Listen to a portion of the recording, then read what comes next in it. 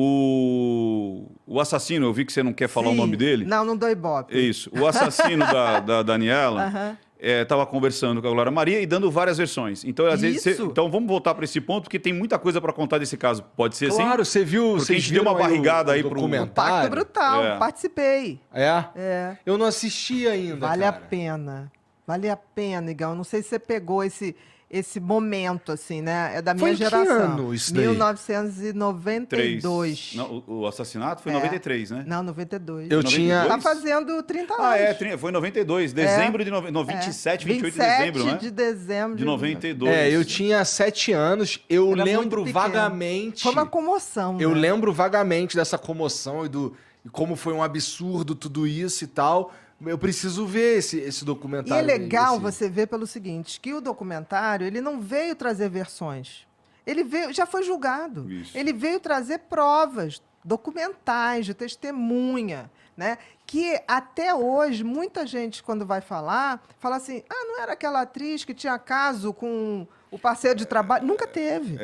Nunca é o teve. lance da mídia, né? O quanto que a mídia... manipulou aquela história. E virou um porque, folhetim. A própria Glória falou, né? Precisava de um folhetim para vender. Exatamente. E o próprio advogado acabou acrescentando que tinha um diretor italiano que sabia. Não, Mas o quê? Eles contracenavam na novela? Era uma parada assim, eles né? estavam...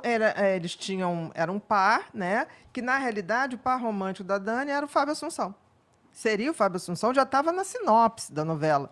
E aí, no início, ela tem um relacionamento com... Bira, não é? Com o personagem lá do assassino. E eles desmancham. Quando desmanchou e começou a chegar o roteiro das gravações, ele já não sendo mais, e que a novela caminhava para o que era o planejado, Fábio Assunção, ele surtou. E ele começou, tipo assim, não, fala com a sua mãe, tem que trocar. E ela falou, não vou. Isso não existe, ninguém influencia minha mãe, não vou fazer isso. E aí ele começou assim, obsessivamente. E aí tramou lá a questão. E não sei se você viu, né? Tinha todo um simbolismo de uma coisa meio magia negra ali. Tinha, né? Tinha. Uma semana antes foi limpar o terreno lá, porque tinha que ser uma coisa perto de uma árvore, na última lua cheia do mês, e aquela coisa de você tirar o coração, né?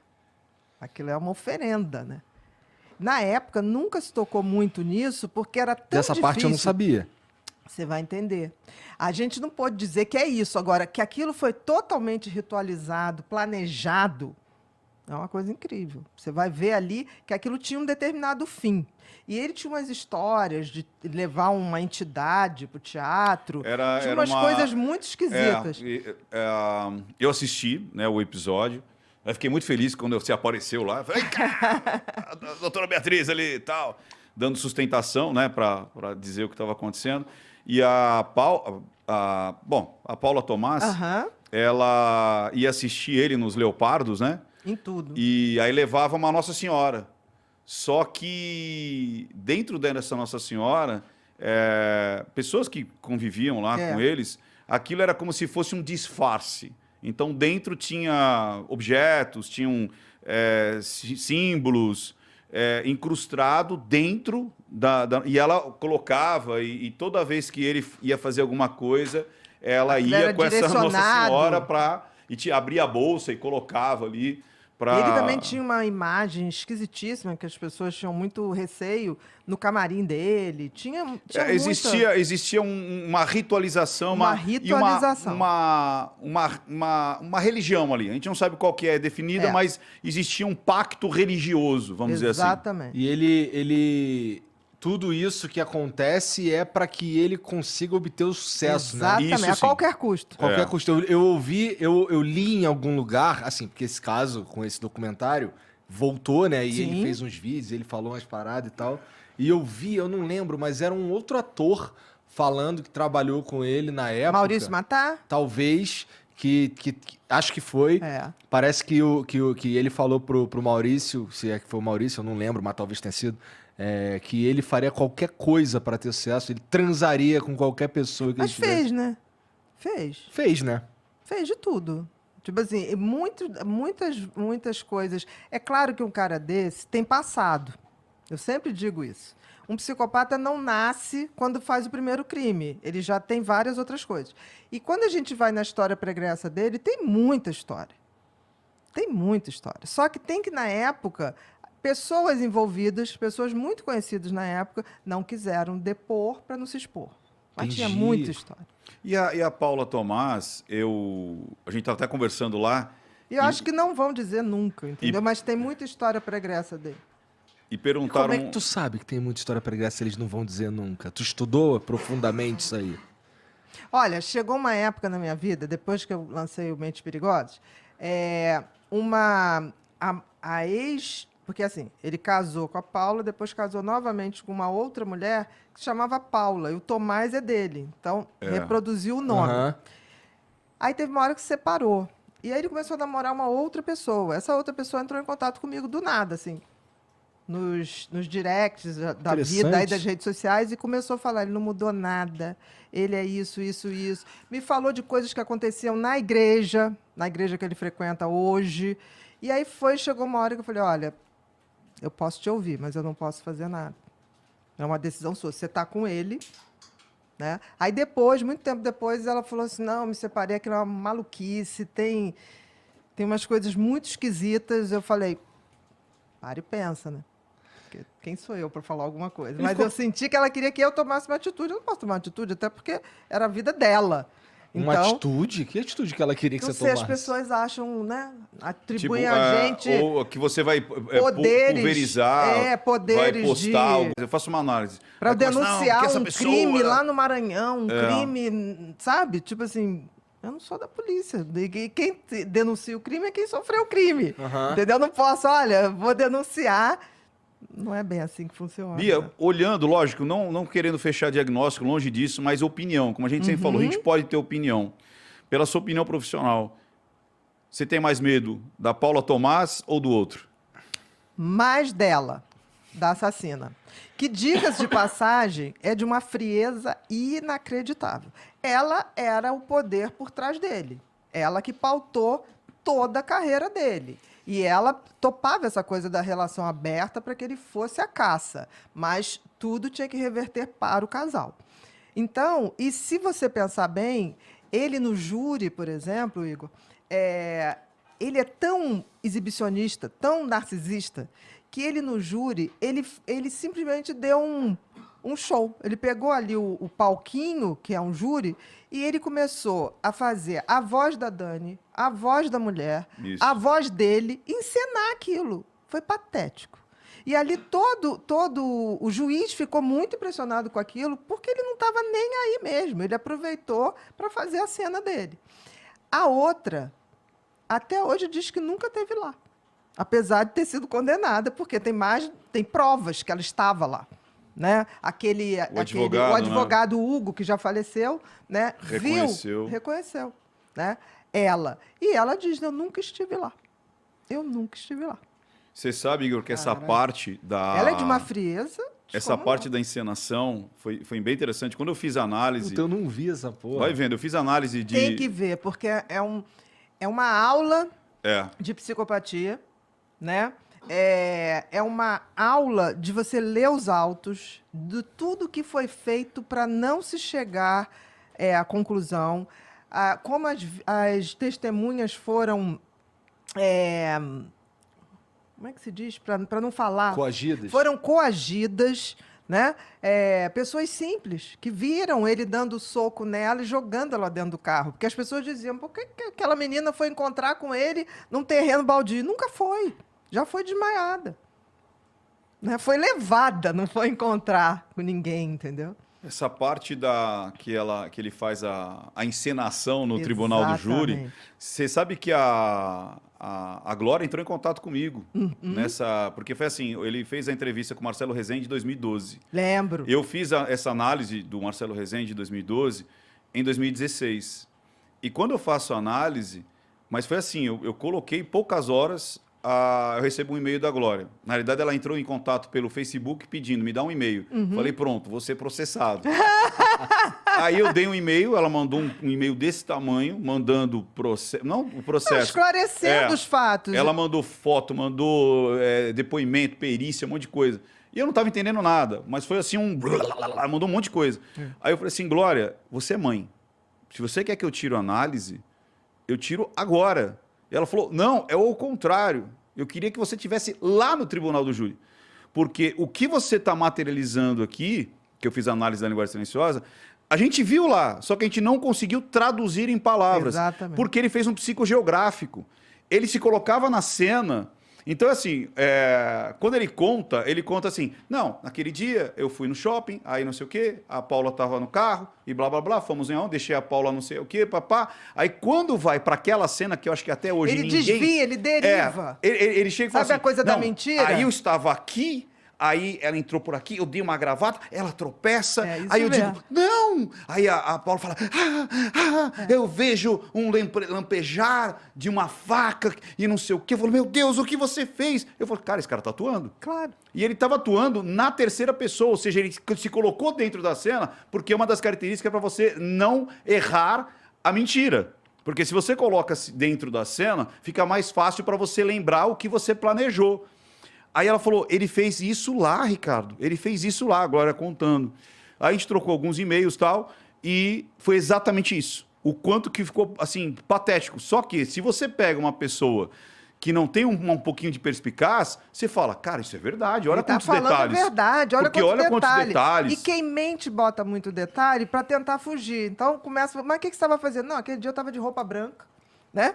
E aí eu, não sei, troquei a roupa, porque aquele dia eu queria botar branco, depois eu troquei a roupa por camiseta preta. A pessoa vai enchendo de detalhes a cena para fugir do foco. Ele faz isso o tempo todo. E agora, né, depois de quando lançou, a mulher dele atual invadiu a minha live e falou assim, essa mulher escreveu um livro e ficou milionária às custas do meu marido.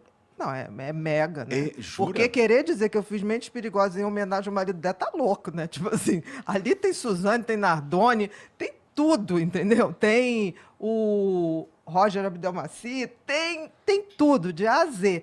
E aí... Só gente boa, hein, Bia? É só gente boa, né? O que eu vou fazer, né?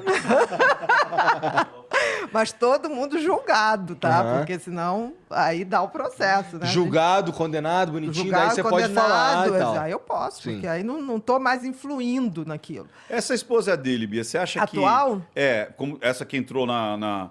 Vou falar só um termo técnico, mas a gente... Você acha que ela pode estar no Fole D? Tipo assim, ela compra a psicose né, o transtorno do marido? Fole D é o seguinte... Obrigado. Traduzindo. Porque a pessoa não é doente, não tem os transtornos, mas por ela ter, às vezes, uma mente mais recessiva, mais influenciável. Mais influenciável, ela começa a pegar os padrões do cara que é, ou da pessoa que é doente. Olha, o que você acha? Eu acho que, como um bom psicopata, ele é extremamente manipulador, um psicopata não entra na tua vida sem antes ter estudado. Boa. Lembre-se que é 100% razão, 0 emoção. Então, ele, quando vai entrar na tua vida, ele já estudou tudo. E pode ser mulher também. Então, ele vai falar o que o outro quer ouvir, a música predileta, você vai ficar assim, gente, achei minha alma gêmea. Né? Eu tenho o maior medo disso. E aí, eu acho que ele entrou na vida dela também dessa forma, convivendo numa religião, numa determinada igreja, que era um grupo fechado. Então, eu acho que ela é aquele tipo de mulher que acredita mesmo. Entendi. Acredita que ele está totalmente regenerado. Eu acho que acredita. E aí, num primeiro momento, assim que saiu a série, ele vai para a rede social, né? Ele vai lá dizer assim, porque eu queria falar, que eu tenho uma coisa para dizer. Ele sempre tem uma coisa para dizer. Quando ele foi no programa do Ratinho, ele ficou 2 horas para dizer, e o Ratinho falou, então diga. Não, mas é que eu não sei o quê, porque as pessoas... Ele vai botando gente, um diretor de filme, não sei aonde, ele vai criando uma lenha que nada dá em nada. E aí ele tinha mais coisa para dizer e achou um absurdo ele não ter sido entrevistado no documentário. E aí teve alguém da Folha de São Paulo dizendo que achou que realmente fosse um erro. Eu falei, gente, as pessoas estão perturbadas. Porque, olha, esse não é um documentário de um crime que não foi julgado. Aquilo já foi julgado. Isso foi feito para restabelecer a imagem da Dani.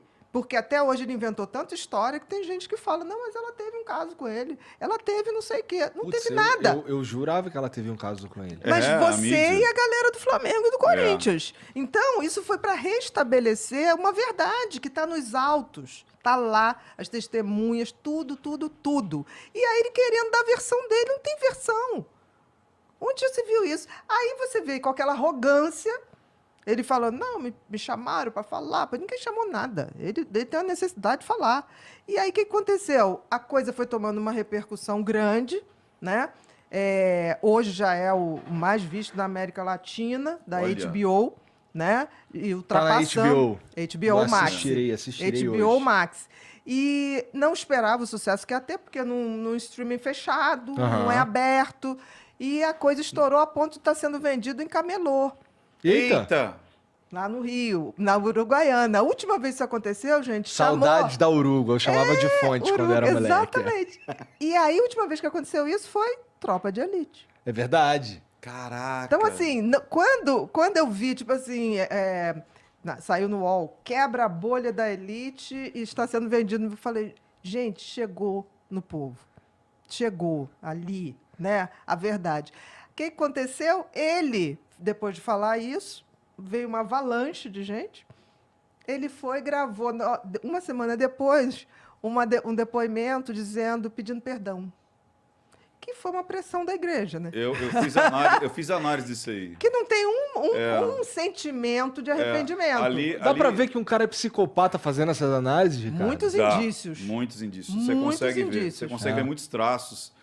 Por conta disso, só fazer um paralelo, depois a gente volta para esse do discurso do perdão, lá do pedido de perdão. Um que me assustava muito, depois a gente pode continuar, é o do caso do Jairinho. Nossa, eu Vamos também comentar não dou isso. nome, é o ex-governadorzinho. Não, ex-vereadorzinho. Ex-vereadorzinho. Mas deixa eu Esse é bizarro também. só para jogar, porque esse era assim, para mim assim, os dois. Por exemplo, quando eles saem da delegacia, cara, se você tirasse no Photoshop eles dois e colocasse uma churrascaria famosa, parecia que eles estavam saindo da churrascaria. Sim. Que era um altivez, a roupa, a bolsa e a maquiagem. Cara, seu filho morreu.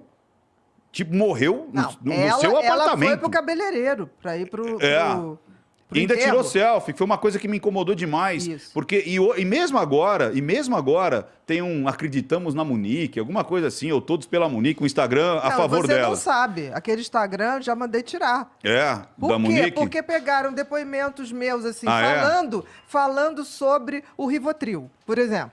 Eu falando dos efeitos, O que E ela fizeram? disse, Fizeram eu um usei. corte, fizeram um corte e botaram lá, tipo assim, tá vendo? Doutora Ana Beatriz tá É falando verdade, acho que eu vi. a pessoa que usa o Rivotril pode acordar de madrugada e não ouvir que seu filho tá sendo... Tá sendo... E mesmo nesse, eu não sei se tá no ar. É sua. Pô, Eu não sei se está no ar, mas uma coisa que me incomodava muito, Igor, é que assim, acho que eu até comentei isso quando eu fui lá no Flow da última vez. Ela sempre estava em primeiro plano, ou quase sempre. Sim. O filho sempre estava para trás. Ela que era o primeiro plano, ela que era a estrela. Ela que vinha aquele lance do narcisista de eu sou a estrela. O resto é coadjuvante, até meu filho. Agora, voltando ao pedido de perdão, depois a gente pode continuar essa... Só para ilustrar que é possível você perceber, com pequenos detalhes comportamentais. Ali eu dividi em 3 etapas. Primeiro, ele é uma resposta para o Thiago Brunet. Porque o Thiago Brunet deu uma chincha nele no Pânico. Dizendo assim, porra, como assim? Esse cara não tem nenhum pedido de perdão e tal, não sei o quê e tal. não pede perdão à família. Aí ele deu uma lapada nele, dizendo assim, olha, em 2010 eu tentei pedir perdão, em 2012 eu tentei pedir perdão. Então Nunca tentou. E ele consegue dar uma resposta para o Thiago Brunet. Aí depois, o meio, é a discussão do perdão. O perdão vale a pena ou não vale a pena? O perdão é mais útil para quem perdoa do que para quem pede, então ele está divagando sobre o perdão. E termina ele fazendo, e ele relata, vou deixar catalogado aqui, registrado, o perdão. Aí ele pede perdão. E na fisionomia dele eu vi muito mais vergonha Arrogância. e medo. Muito medo. Tipo assim, cara, o que isso vai dar? Por quê? Porque ele volta à tona. Ao mesmo tempo, ele quer os holofotes, só que, cara, hoje existe a rede social. Então, você voltar à tona com todo esse HBO, com toda essa história, e você vê... Os camelôs. Não, e Os outra, cara, camelôs eu da quero Uruguaiana. perguntar isso, e eu quero perguntar isso para a doutora. Cara, eu não sei como a Glória Pérez sobreviveu. Porque, para mim, você vê uma mulher destruída, uma mulher sem alma, no sentido de parece que ela vegeta, dá vontade de você entrar no vídeo, abraçar ela e catar. Posso te dar um abraço? Porque é destruidor o que aconteceu com essa mulher. E é tão interessante, porque assim, e a Glória é uma pessoa muito pulsão de vida, tá? A Glória é uma pessoa muito alegre, muito divertida. Mas ela mesmo diz, felicidade total, nunca mais. Mas eu serei alegre nos momentos que a vida me der essa oportunidade. E é uma coisa tão interessante que a Glória é uma das pessoas mais sensíveis que eu conheço. Assim, de sensibilidade, de texto, de... Ao mesmo tempo, sensível e frágil, ao mesmo tempo é uma leoa. Porque ela só conseguiu descobrir isso tudo porque, assim, quem foi atrás das testemunhas foi a Glória. Ela foi para a parada de Lucas procurar o cara, o tal do... Do lavador, não era? Ai, meu Deus. Frentista do posto. Né? Ela foi lá, as pessoas, eles mandaram todos embora, diziam que não tinham endereço. Aí um vigia do posto chegou e falou: oh, se eu fosse senhora, eu procurava em tal lugar. Ela foi para lá, para a favela, e ela ficou. Quando ela descobriu onde estava o cara, ela sentava na chuva ali e ficava a noite inteira. E o cara fugindo. Até que teve um dia que a mulher chegou e falou assim: entra, só quer tomar um café? Ela falou: eu vou me arrepender do que eu vou fazer, mas eu vou chamar fulano e ele vai aparecer. Eu não sei por que eu estou fazendo isso. Mas, assim, ia sozinha para lá. Sozinha. Eu me lembro que, na época, as pessoas falando: nossa, ela não está bem, tá. Cara, aquilo fez ela viver. Porque ela sabia que tinha que limpar o nome da filha. Porque é um absurdo isso. É um absurdo. E ela, nessa trajetória, aconteceu uma coisa mais fantástica ainda. Ela acabou criando uma lei que todos se beneficiam e que não voltava para o crime da Dani. Era dali para frente. Que ela fez a Lei Glória Pérez, que foi a primeira emenda constitucional de ação popular que nós tivemos depois. Que foram as assinaturas. O que é isso? Se você pega um percentual, se eu não me engano, da população, acho que é 5%. Acho que foi 1.300.000 assinaturas. Na época, né? E você tem que estar distribuído em 5 estados. E sem internet, né? E sem internet. Sem então, rede aquilo social. era tipo assim, ela ia no Paralamas, fulano, dá para colher as assinaturas no show? Betânia, dá para colher a assinatura?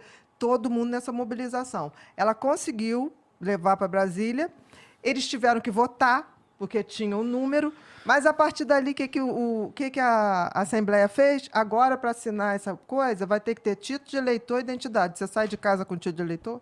Eu nem sei o que é isso. Aí, por isso que nunca mais teve uma emenda. Eles sacaram, tipo assim, poxa, essa mulher doida, fez uma lei, a gente nem viu, né? Que tornou o crime, o assassinato, o homicídio, né?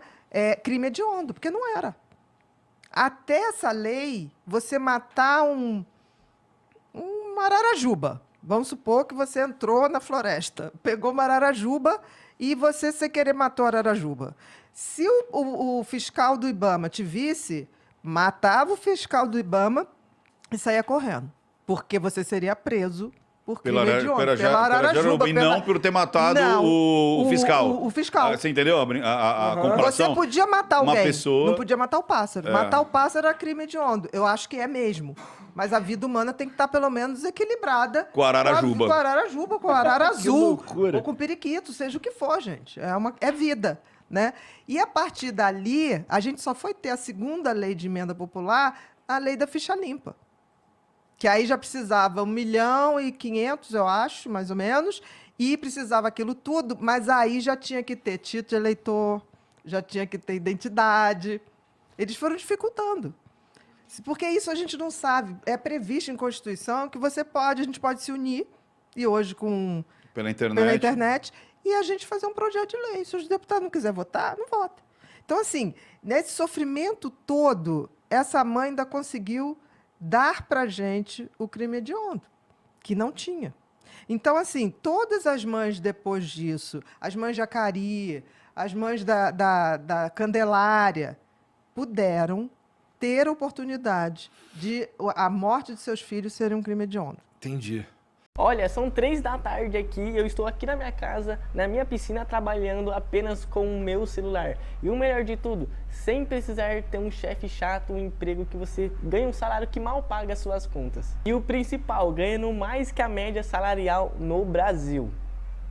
Tudo isso porque um dia eu decidi trabalhar através da internet. E após meses tendo resultados com essa estratégia, meses consecutivos mesmo, eu criei um método simples e passo a passo que, se cumprindo, vai te dar uma vida muito melhor do que você tem agora. E tudo que você precisa fazer é clicar no botão para você saber mais e conhecer um método.